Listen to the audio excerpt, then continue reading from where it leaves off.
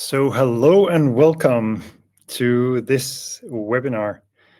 I'm just gonna allow the last minute here or so to allow any live audience to get inside the room here and make sure that everything works. And if you're in and everything works, maybe just please give a thumbs up emoji in the chat or introduce yourself. That would be helpful. So just give it a minute more.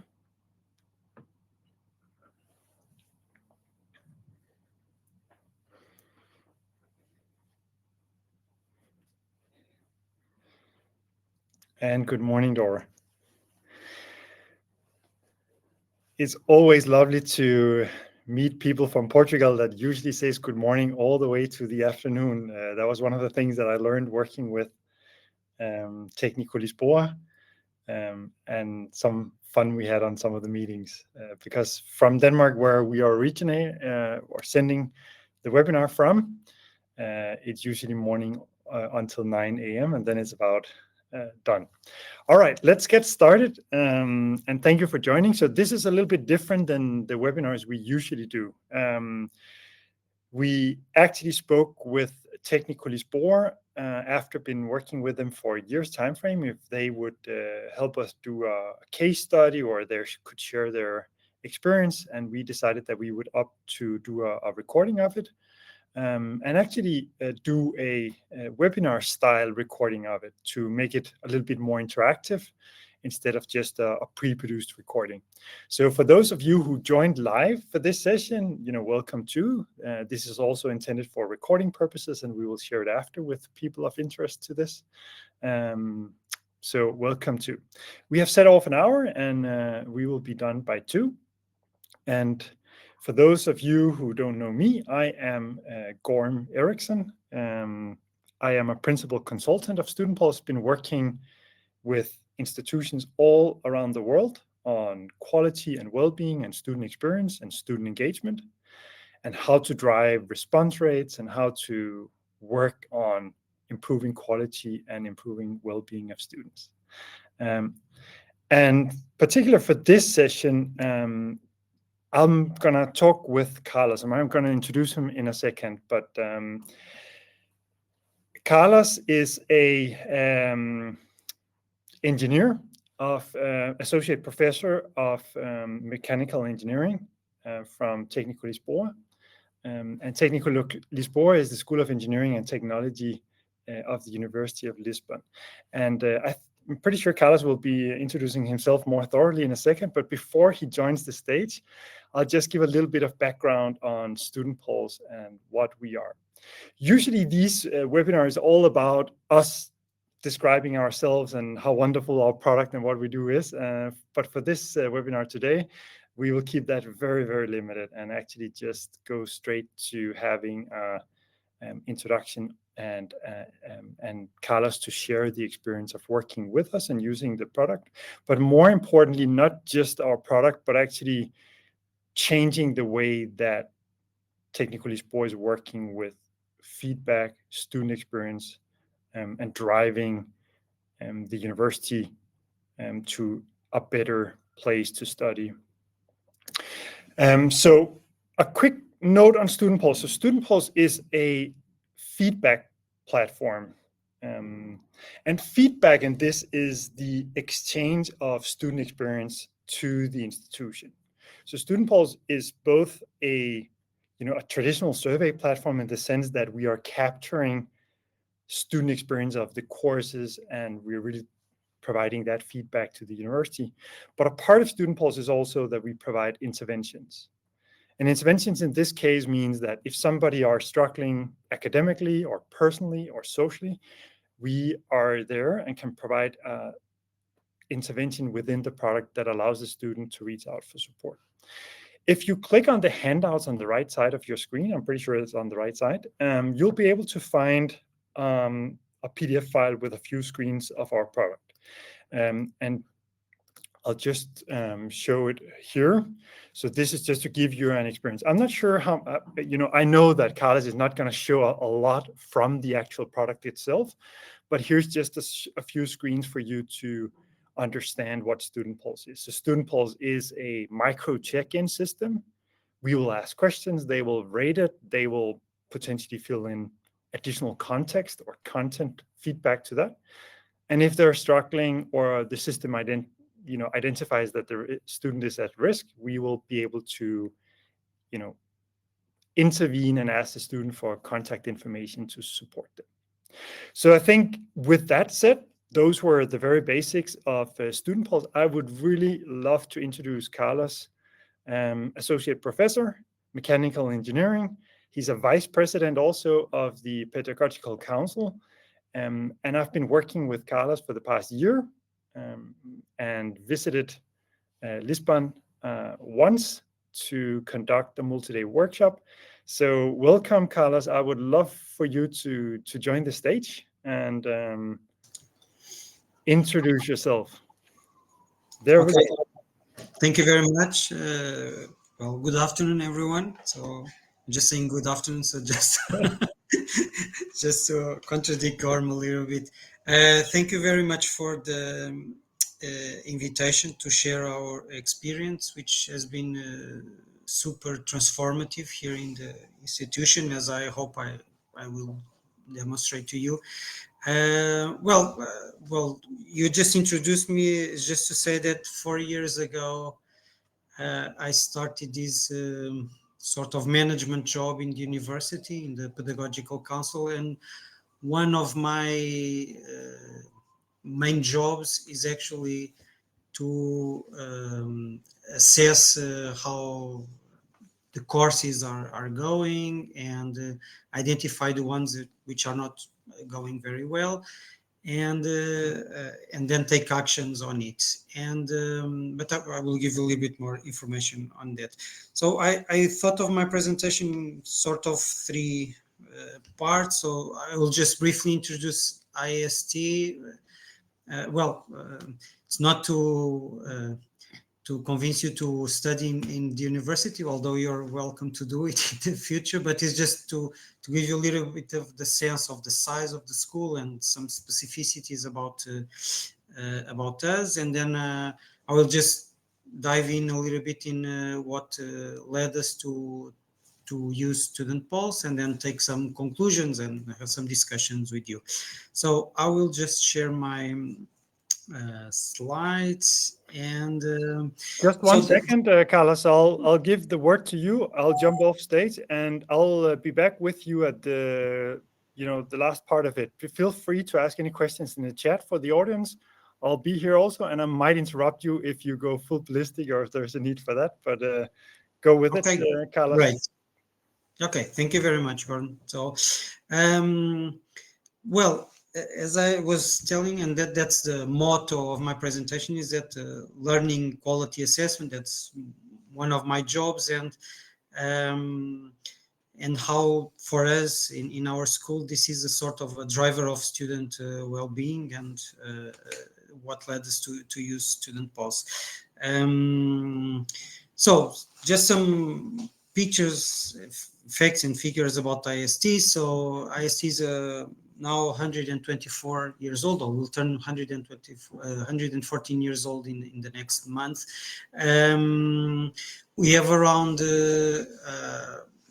it depends a little bit, but between 11,000, 12,000 students every year, a bunch of undergraduate and master degrees. So altogether, we are almost running 100 different programs, including the PhD. So it's a large school for the Portuguese context. Actually, we are the largest engineering school in Portugal. We are the largest faculty of the University of Lisbon. So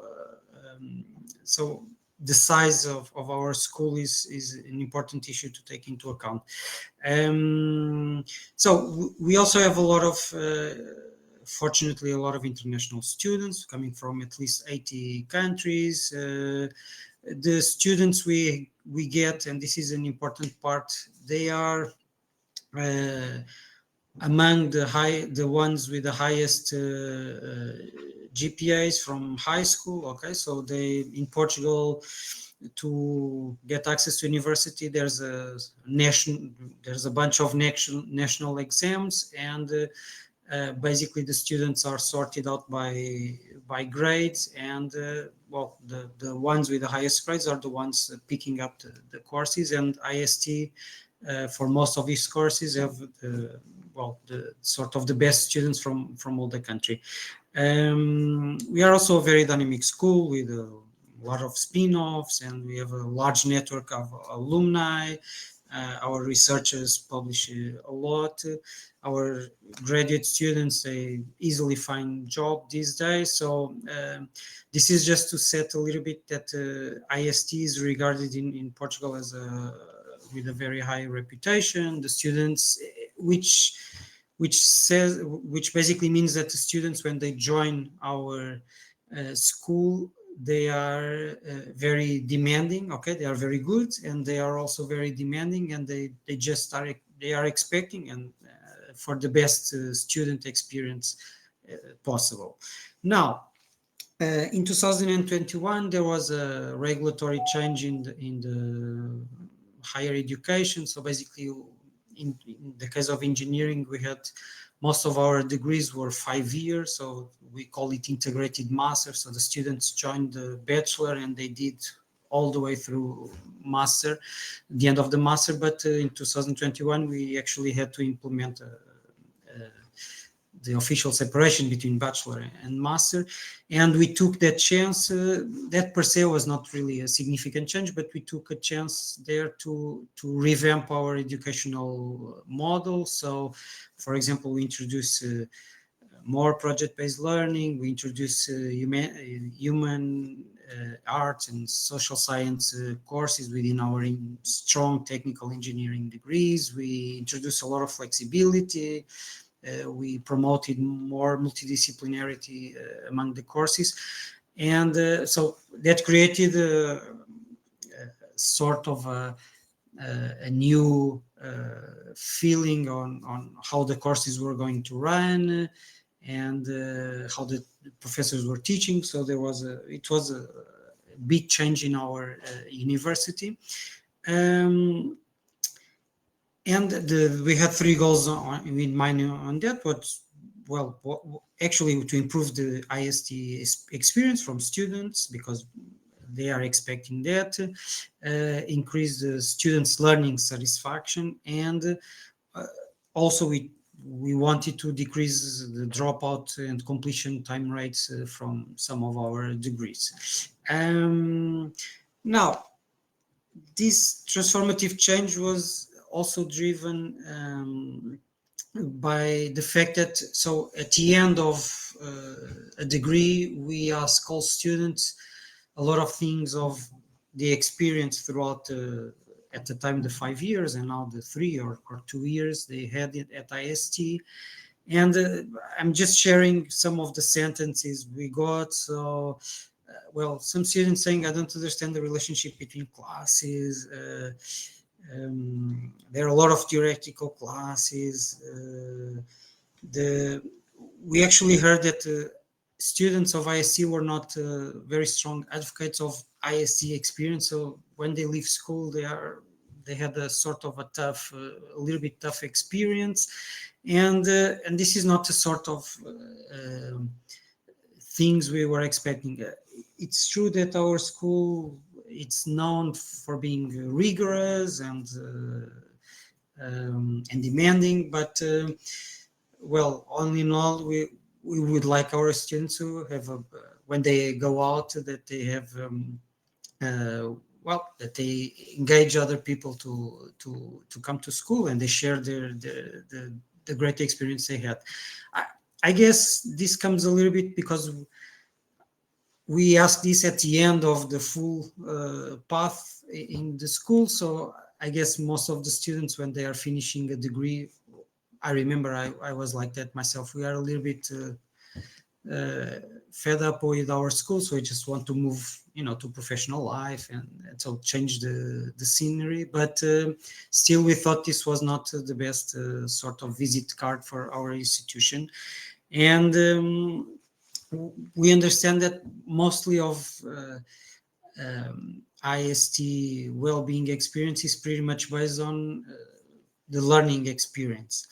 And so while changing everything, the curriculums, the way of teaching, the introducing new courses and everything, but we needed to understand better how the courses were going and how to improve them. Now, how IST has implemented for now more than 30 years already a system to assess the teaching experience from students. So I joined, well, in 94, so the second year of implementation of, so I was still filling in some forms in paper with painting some, the numbers in questions. I remember perfectly that, but just this is to say that ISC for long has been trying to assess how is the student's experience during courses. And well, I'm not going into detail, but in 2007, 2008, that's when we introduced like the system we have now. We call it COOC, for quality of curricular units in Portuguese, so we kind of mixed the words. Then since 2013-14, we are actually using the same system. So for more than 10 years, we are using exactly the same approach. And well, within the last 10 years, things have changed significantly, both technologically, but also, I guess, the generations are different. And well, the idea of this system is basically we identify the courses where the experience is not positive. I just before this webinar, I was just doing an audit to a course from last year that is now starting, where things went really bad. So I was talking with the students' representatives, the professors, the coordinators of the degree, and we came up with plan on how the course this semester could go, could run better. Okay, so this is the main outcome of these quality assessments.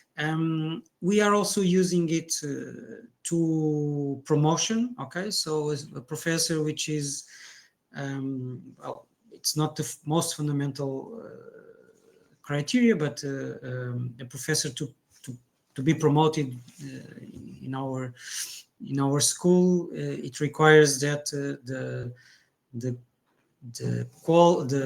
teaching quality is high, and well, you also use this system to award an excellency diploma to professors. It's just a piece of paper, or actually now it's a digital format, but it's something that usually it's a reward for how we teach, and professors are keen. They enjoy to get this thing. Now, so this has a tremendous impact in the operations of the school. So especially on identifying the courses which are not running well. But I would just like to share, this is a little bit small, but just like to share what is the current experience of our students when they do this. They don't look nothing like the nice pictures that Gorm just presented a couple of minutes ago. So this is the online mobile version, the mobile version of the survey. So they look pretty much like a web page from the beginning of 2000s, which actually that's what it is.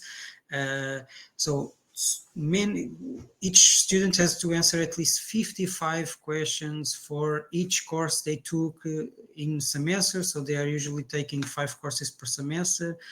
Then if they have more than one teacher, they have to at least answer around 70, or if they have 3 teachers, it goes up to almost 90 questions per course. So it's super intensive for the students. We ask a lot of things, and so it's not working very well. So it has a bunch of limitations.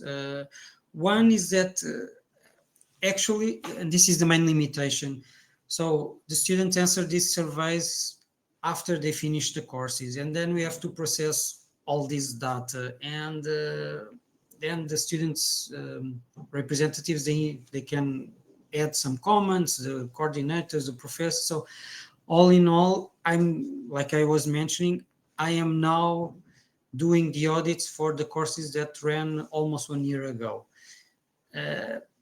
So this is probably too late to take actions, especially if the course is not running well in real time.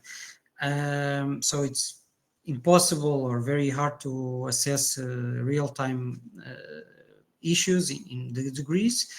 And to be honest, although they answer 55 questions, we never ask them anything as simple as, did you enjoy the course?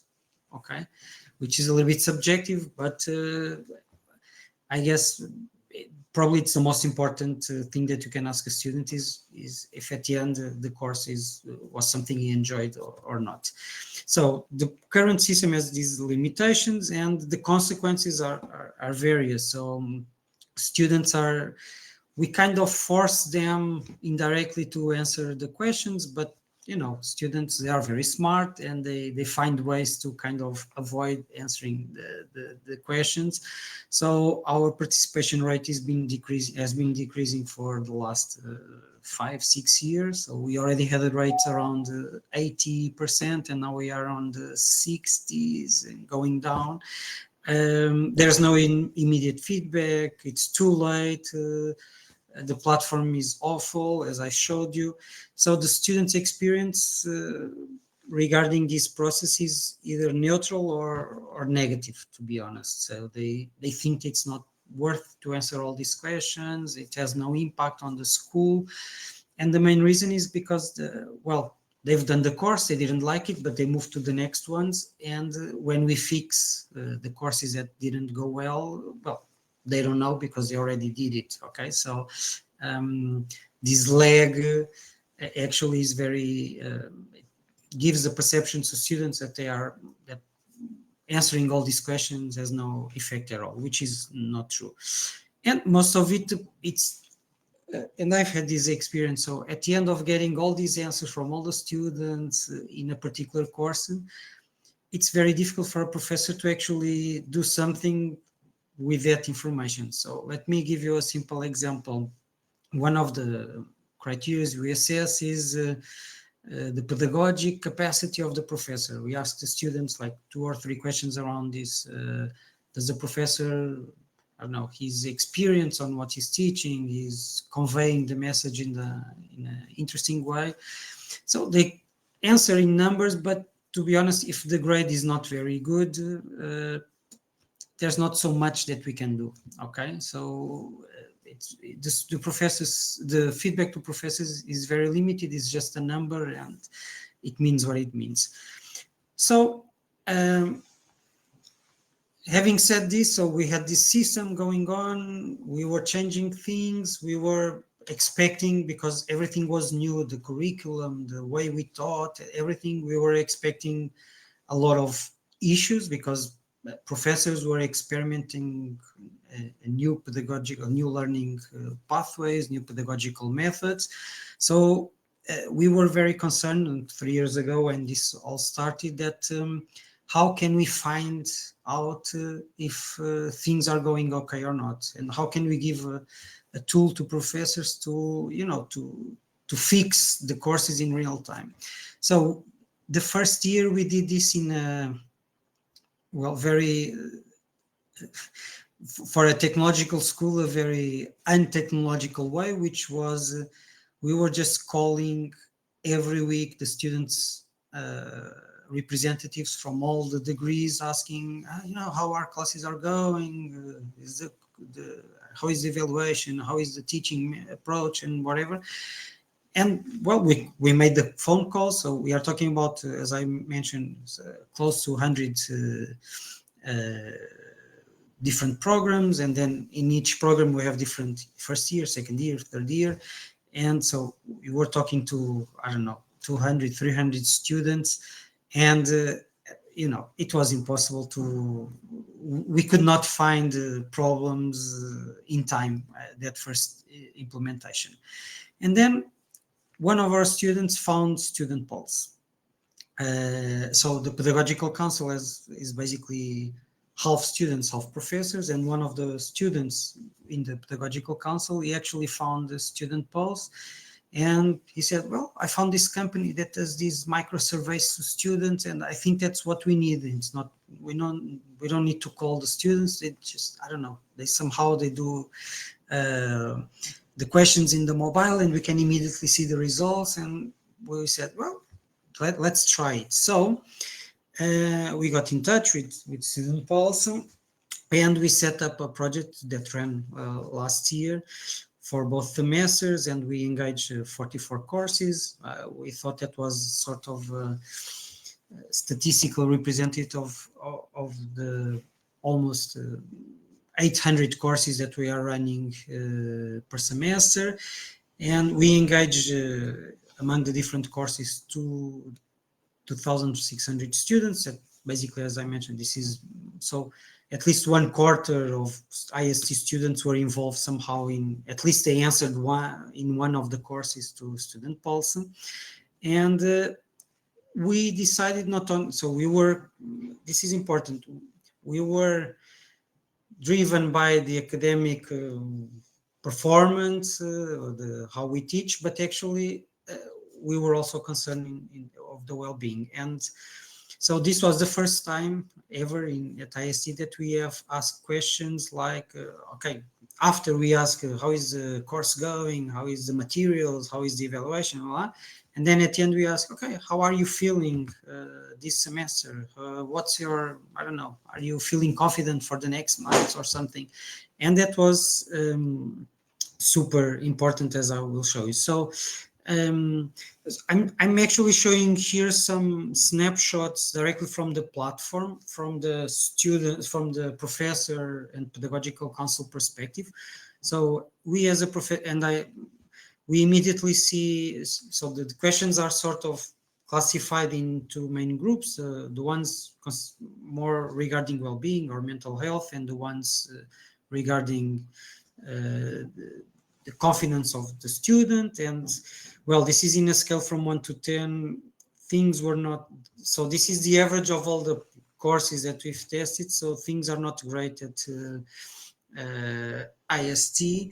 And then we have these drivers that, so these are sort of the key performance indicators, and then we have the drivers that influence this calculation, so which basically cover how teaching is going. So the goal settings, the learning contents, learning outcomes, the expectations, the feedback, and whatever. And well, when we look into these results, okay, learning interaction. So I guess that's something I think we are proud of at IST, is that we have this open relationship with students, and they discuss, and so this learning interaction was positive. Then most of so we don't have anything very particularly negative, but things are not, well, were as we expected, that, well, students have, are struggling with some of the issues. Let me, again, I'm trying to make this just to share some personal notes, so you try to understand better the impact of this. For example, just a simple case that happened with me. The first class, you spend 1 hour explaining to students why our course is fantastic and what they will learn, and so you're super excited. You expect them to be excited, and then I do a survey at the end of this first class, asking, okay, did the professor explain well the goals? And then I see a 6 or a 7. I say, oh, come on, I just explained in the most fantastic way I can imagine what is the course important for, and the students didn't get it. So it means, actually, although I thought I was being great explaining why the course is important, I actually fail, at least for a significant part of the students. So next class I have to reinforce this message, and so on. So this is a sort of quick feedback on how you're teaching that enable us to fix things in real time. And so I could give you multiple examples of that. Now,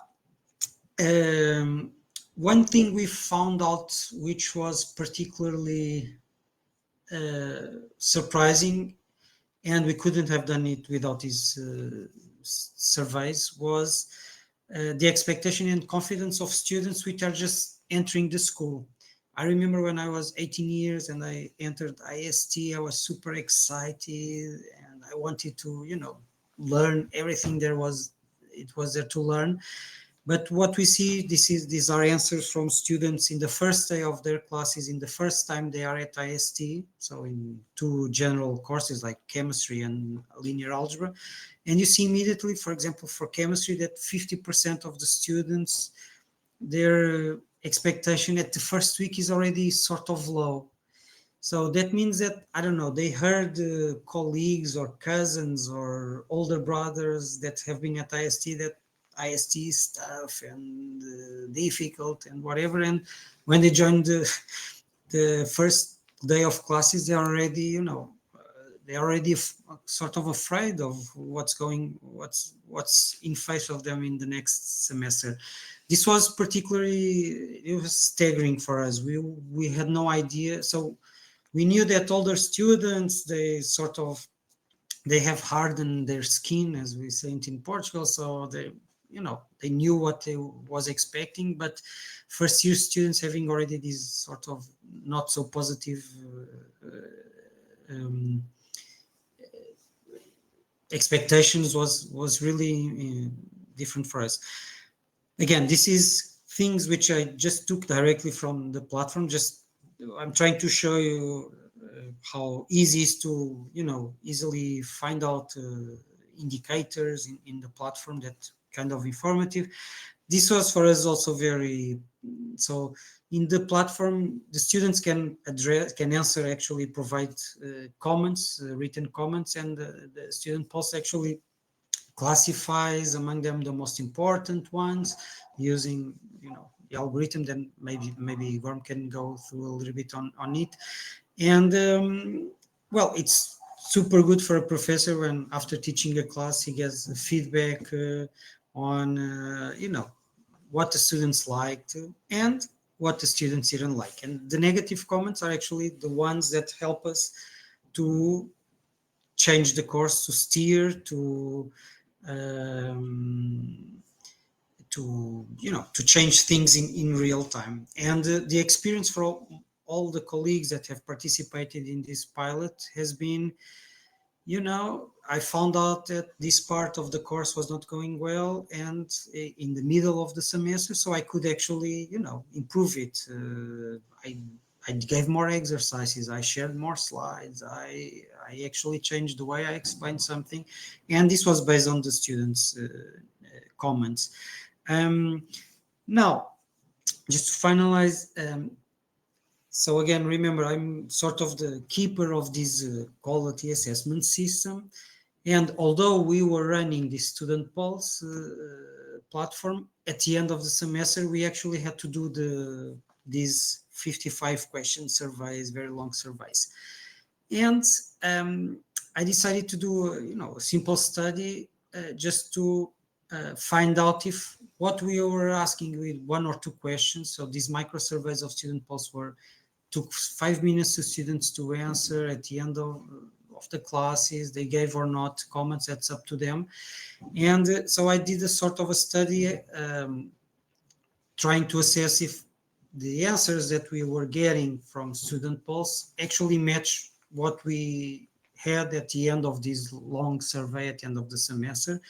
And guys, probably this is a little bit too small, but we ask sort of these dimensions in the survey. So how is the atmosphere of the course? How is the workload? How is the learning, the attending classes, the evaluation, and the materials?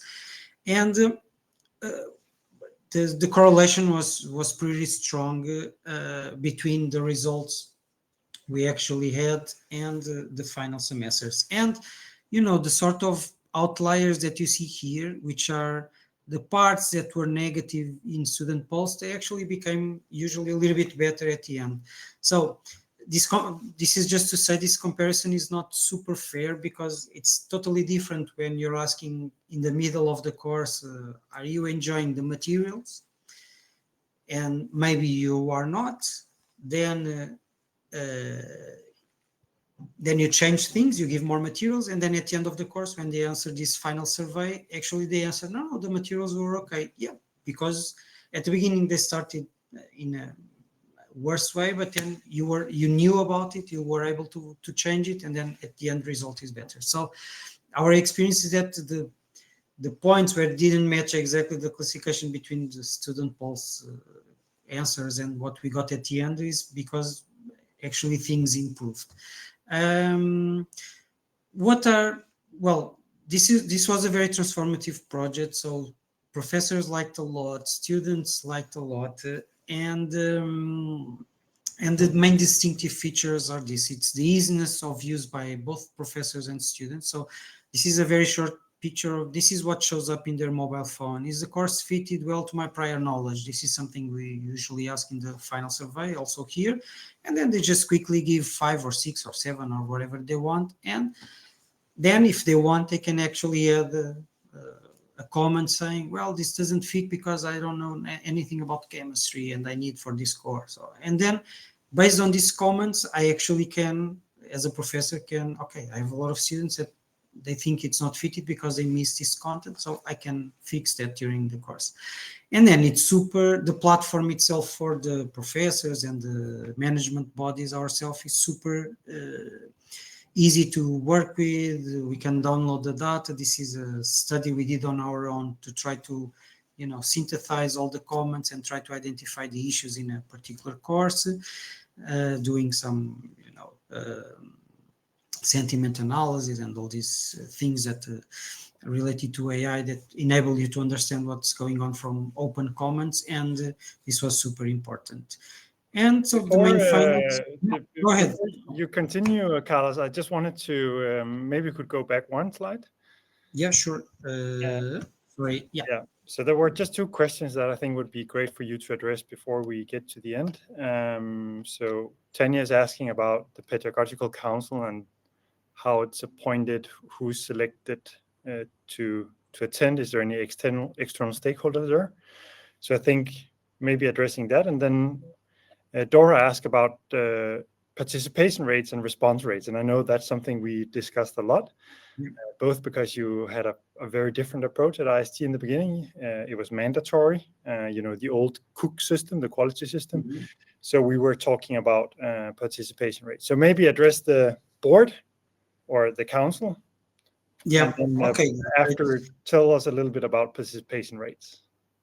Okay, so thank you very much. So the Pedagogical Council is actually a body it's a management body of the school, and it involves half students, half professors, and each of these half students, half professor are coming from 2 different parts. So half of the students are basically chosen among the representatives of all the students. So we call it students delegates. Maybe it's not the best English translation, but they are students representatives, and half of them come from there. So it's 6, we are 24.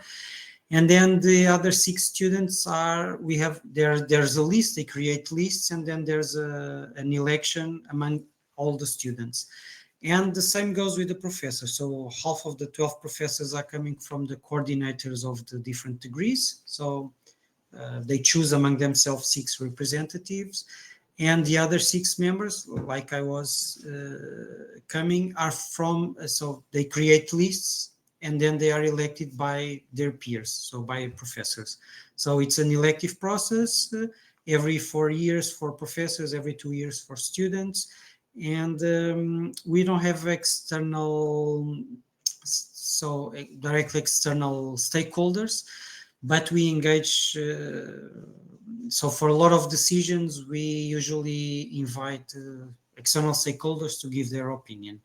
The Quality Assurance Committee is, because it's sort of a group within the Pedagogical Council. So among these 24, we choose 3 professors and 3 students. And what we do is we analyze all these results, and then we identify the courses that needed to be audited. And auditing means we talk to the professors and the students, and we try to find out what didn't go very well and suggest some measurements to improve. Then about students' participation for Dora. Well, so we have this Phoenix, this learning management system where, how it is mandatory. So the students, to register for the next semester, they need to fill in the questions from the previous courses. But there's a sort of a gateway for that, which is they can say that they don't want to answer because of some reason, and that's how many of them avoid. Now, how we actually in StudentPulse we did in a different way, which was because it was these micro surveys during the semester, we actually did them in class. So each professor took 5 minutes, because that's what it takes in class, and we had two ways. So either share the link with the students, or we actually, and it worked, but not very well, and probably Gorm remembers better the results. But what really worked well was we shared the QR code as a slide. Okay, so in the middle of class, said, guys, just take 5 minutes now as a break and answer this question. So they just took the picture of the QR code and immediately pop out this sort of this screen with, it depended a little bit, but typically were 4 or 5 questions. And, you know, the course fits, yes. Does the professor, I don't know, is engaging, answer. And if they give negative answers, then there's a pop-up question asking, well, can you give, if you want to give more detail on how the course could be, you know, how the professor could be more engaging, and then they write something. And if I remember correctly, and I didn't brought these numbers, but we had rates around 85%. So we kind of jumped from the 60s that we have now in the traditional system up to 85. And the 85, let me tell you, is because so StudentPulse calculates in this way. I told them at the beginning, this course has 100 students involved, and if only 80 are in class and only these 80 answer, then the platform will consider this as a 80% answer rate.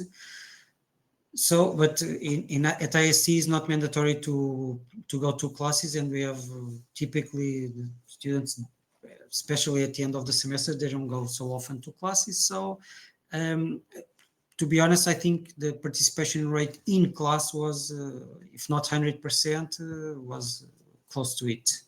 I don't know if I addressed. And then the motivation in class, Dora, it was just, guys, I'm going to ask, first survey, I'm going to ask you things about if you understood the course, if you don't, just give, and then they immediately gave the feedback. From talking to students, what they liked most was the fact that they could add open remarks to professors, which were anonymous, okay, so you would never know who answered what. And this is something they value, this anonymity, and but this was engaging for them, the opportunity in class to explain what I think. Well, Gorm can answer more than that, because I think that's this generation now is triggered by super quick feedback. So they want to give feedback very quickly. They want feedback on their own. So I think they were prompted by the opportunity after the first class or in the middle of the semester to say something about how the course is going, and rather not answer, you know, 1 or 2 weeks after the course is finished and they no longer remember what's going on. I'll let you do, but thank you. I think it addressed it well. I will add one additional comment, and that's a very general one, Dora, but essentially driving engagement rates of surveys in this new world of over notifications and social media allowing students to see actual change in the courses is what will drive participation rates and engagement rates over time. So taking the approach is demanding of the university and professors to share and be engaged. But if we look at the actual outputs of changing the courses and improving the quality of the courses, which is the core of the quality work, right? And the Pedagogical Council, that is what is required, really. And that drives participation rate. Hey, I give feedback, I see the professor change, it's a better course now. So I think that, but continue, I'll come back in a minute. I think I have 1 or 2 slides left. So the main findings was, well, this was super surprising for us. And actually, I remember a conversation I had with Gorm at the beginning where they, I guess, so they, as Gorm mentioned, they do these sort of surveys all around the world. And I remember Gorm specifically mentioning what's going on, because I think we never saw so low results. Maybe then we discussed, maybe it was a little bit cultural from Portugal, that we are never super pleased with anything, but well, it was low, and it was surprisingly low. Professors, this is the part I think, as Gorm mentioned, the students and the professors. So the professors that participated were super engaged, and they keep asking me, when do we scale this up, is because they get immediate comments on what they are teaching, and they can change things. They can actually, sometimes we are teaching a course for 5 years. We know top to bottom what we are teaching, and we think it's super obvious. Also, we are sharing very well the contents with students, and we are not. And I think we are kind of in the bubble, I guess, in a professor bubble, where we are fantastic explaining things, and sometimes we are not. And this is very, so you get immediate feedback that things are not going well, and you can act on it. Okay. So, and this was the thing that all my colleagues valued a lot, was the opportunity to fix things they were not aware that were not going so well. And then, and this is so for me, so my goal now in the Pedagogical Council is, I have this system going on for 30 years. Over the last 10 years, it hasn't changed, but it's not doing well the job anymore, because, the world changed. So we need to change the system. And although we started this StudentPulse project with a different perspective, so our perspective was just to have this quick feedback in real time to fix the courses, and then we would have the final assessment. What I found out is that, these micro surveys are actually capturing the most important part, whether the course is working or not. Because I forgot to mention that, but out of these 44 courses we chose, we picked handed the ones that usually work very well, the ones that usually don't work well, and large courses, small courses. So and for both the courses that went well and not went so well, the results of these micro surveys were actually matching what we got at the end. So this is just to say that it made me think that eventually, instead of doing very long surveys at the end of the semester, I could just, do the quick micro surveys during the semester, and then maybe in the last one, I would ask the 3 or 4 questions, which are the ones I need to know to find out if a course altogether went well or not. And so the next obvious step for us is redo this last this quality survey assessment at the end of the semester, probably based on these micro surveys. And so we are redoing the process, thinking about it, and we have 3 main sort of business case. Let me put it. I don't want to be. It's all about students' experience, but that's sorry. This is the management guy coming out to you.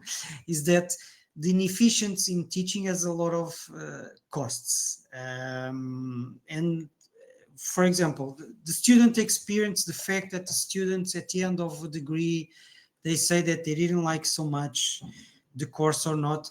In our case, where we separated the bachelor from the master, it's super important. We are having some leaks between the bachelor to the master. So we engage around 1,600 new students every year in our bachelors, and we are having 1,000 students in the master degrees. So we are losing 600 students in the system. Some because they go to Europe studying in, I don't know, Denmark, Norway, whatever, okay, to have this experience, international experience, which is good. Some of them, some of them because at the end of the bachelor they can find a job, okay, but what we were expecting is more or less to have the same amount of students in the bachelor and in the master, and we have a leak, and that has a cost, not only for sort of the country, but even for the school. And we calculated as something as around almost a little bit more than 1 million euros per year, in tuition fees and all these things. More important is if we don't do well this assessment of the quality of the courses, it means that we are not capturing. So if, for example, if we just have 60% of the students answering, it means that we are losing 40% of the opinions of the students, and that means that we are missing that eventually we are missing courses which didn't go well, but we don't have enough answers. And if the courses don't go well, students fail more, and they take longer to take the degree, and that has a significant cost to school. Why? Because if the students fail, we are a very big school. If I have 20% of the students failing at least one course, it means that I have 1,000 students more in a particular, in average, doing an additional course, which the tuition fees don't cover, but we need to hire the professor to teach those 1,000 students. We need to find a room, we need to pay the software fees and whatever, and that we estimated the cost is more than 2 million a year. So this is just to set the pace that the budget of IST is around 110 million per year. So we are talking here about 2-3% of the overall budget. And finally, and I would like to finalize with this, with StudentPulse, we were able to do something that we never did before, which was identify students which during the course are in the, things are not going well. Maybe it's not because of the course, but because, I don't know, typical example, unfortunately for us, is they broke up with the girlfriend, or, something, it also happens, one of the parents die, and something, things get a little bit rough for them. And we had no chance to find out about these students until the end, when we see, well, why this guy failed all the courses this semester. So with StudentPulse, these questions: are you feeling confident for the next month? Is everything okay? So this sort of light questions, but when the answer is very negative, as Gorm mentioned, we were able, when they were negative, we could ask them, okay, do you want to be contacted by this special body we have in school that supports students? And if they said yes, they put the mobile number or the email, and they were contacted by this body, and they helped them whatever way they could. And this is also very important to pick cherry picking these students, which otherwise would be, in a school so large like ours, it would be very difficult. So Gorm, I think that descends on my side.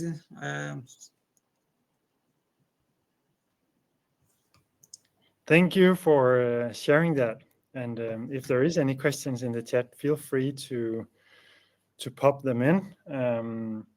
There is one question, Carlos, that I would like to. I've been talking to a lot of professors and also very well accredited schools around the world.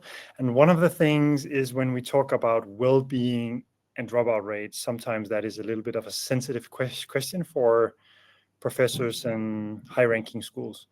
And we did spend some time on it together, because I agree with you, the learning and teaching experience is by far in Técnico Lisboa the most important for driving student satisfaction and engagement. But maybe give us a little bit of sense on how did you experience that chat about well-being, and how do you see it from the university perspective? Is there change here, or how did you introduce it? So maybe, to be honest, in Portugal, and I guess everywhere, this well-being, I think, was sparked by the fact that the pandemic, right? So we were closed, and for many months, at least in Portugal, we were closed at home for many months, 2 times. And so that was the first time we actually, start thinking about well-being. And actually, so 2021, we did the first survey in our school about, nobody have ever thought of it that I remember. And we found out that we were having a lot of issues. And let me explain so as I mentioned at the beginning, so our school gets, usually for all the courses, the best students from all the countries. But, and they are super good, all the students that come in. But when you join the best 100 students in a course, some of these 100 will become the worst. It's like, well, let me share my own experience. I think when I entered ISC, I could go to any course, and I thought I was super smart and I had super grades. And then in the first month, I really had I had this, how do you call this, syndrome? I forgot the name now in English and in Portuguese, but you feel like fake. So because I was surrounded by so smart guys that I didn't, to be honest, I didn't have so many nice guys, smart guys in my school. And then I felt kind of behind the other ones. And then I coped with that. I don't know how, but I don't remember, but it was not really an issue. But we have a lot of students that's one of the main difficulties, that you always were the best student in your school, in your classroom, and then suddenly you join 100 other super good minds, and then you're not the best one anymore. And this is super hard for students.